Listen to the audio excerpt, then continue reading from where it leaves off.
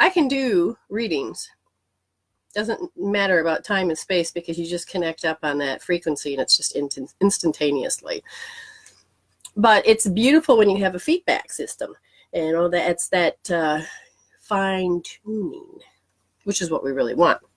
The fine tuning is it helps you begin to know how you know, and it begins to help you to know more about who you are.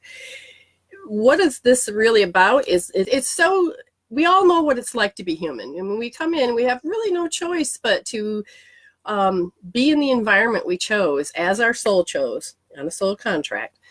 And as it chose this, we instantaneously start listening and listen to the paradigms, not just of the world consciousness, but of our mother and our father and our siblings and our pets and our society and our churches and where we live. And this helps shape what it is that our soul wants us to learn and to do. So what happens when you do this is that you start to observe, learn, be taught, and some of these things are perfect for you at the moment, but as you gradually grow your consciousness, as you chronologically age, you also start to create a maturity in the spiritual aspect, the emotional and mental aspects, not just the physical.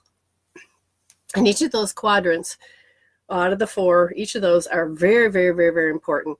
And it's like the, what do you want to call it? Emotion or intelligence, IQ, the intelligence quotient. Well, you want your emotional quotient. You want your mental quotient. Emotion, mental, they pretty much go together, but they are separate to some degree. And then you have your spiritual one. Now that's the hugest one that people have trouble with. And that is what I basically came in to this world, was to discover more of me. Now, I love my family, but I also respect where everybody's at.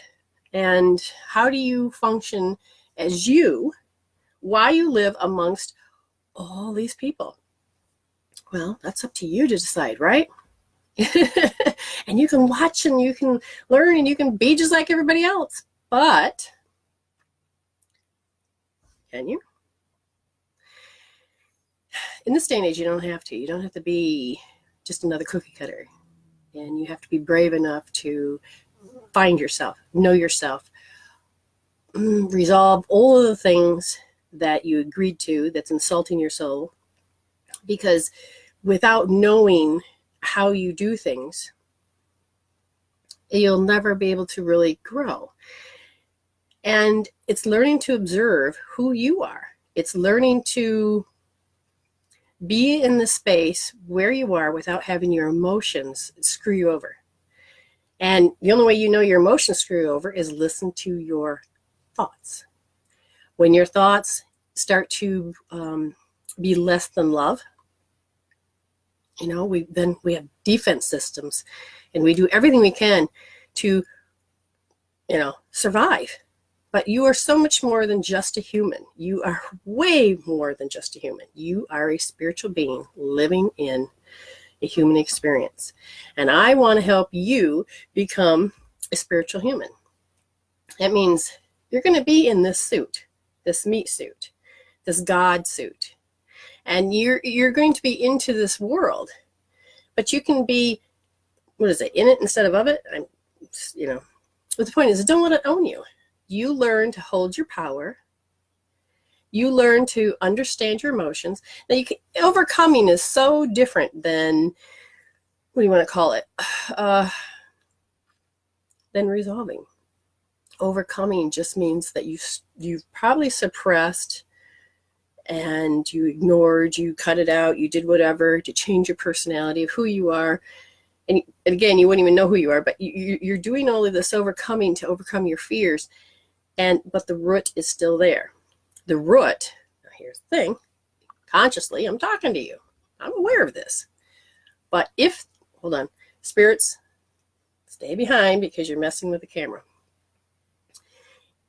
If you just start to focus and overcome and you're thinking positive and you're manifesting to some degree and you haven't taken care of the root. And that can be simply as, oh, I got to stop talking so much because it's wrong. That's a belief system. And if you, it's also a self-imposed limitation. And if you were to take that and you consciously are not doing anymore, it's called an automatic program. Your physical body will then take over that will. And then your will is no longer your own. So you don't have the willpower to go to the next step. So then your body says, we have to do this program according to how we are supposed to do it. So it's like a picture. It's like the GPS. You typed it in and says, this is what I have to do. So you're going to come up a bump up against it with all of the people in your space, including your animals, including the TV shows, if you really learn to listen to spirit. Okay, and that's part of my job, is to help you listen to spirit.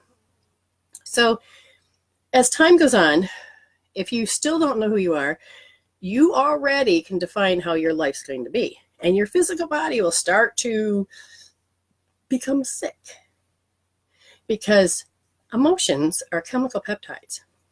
They make you feel good, they make you feel bad, they help you think, they help you be. But you do have power over them. But we forgot how to do that. And the fun part is that when you start to realize that you're made of an electromagnetic energy and you can tap into that yourself and learn how to focus it, you will become much more enlightened. And when you do that, you start to notice, start to decide, start to own your power.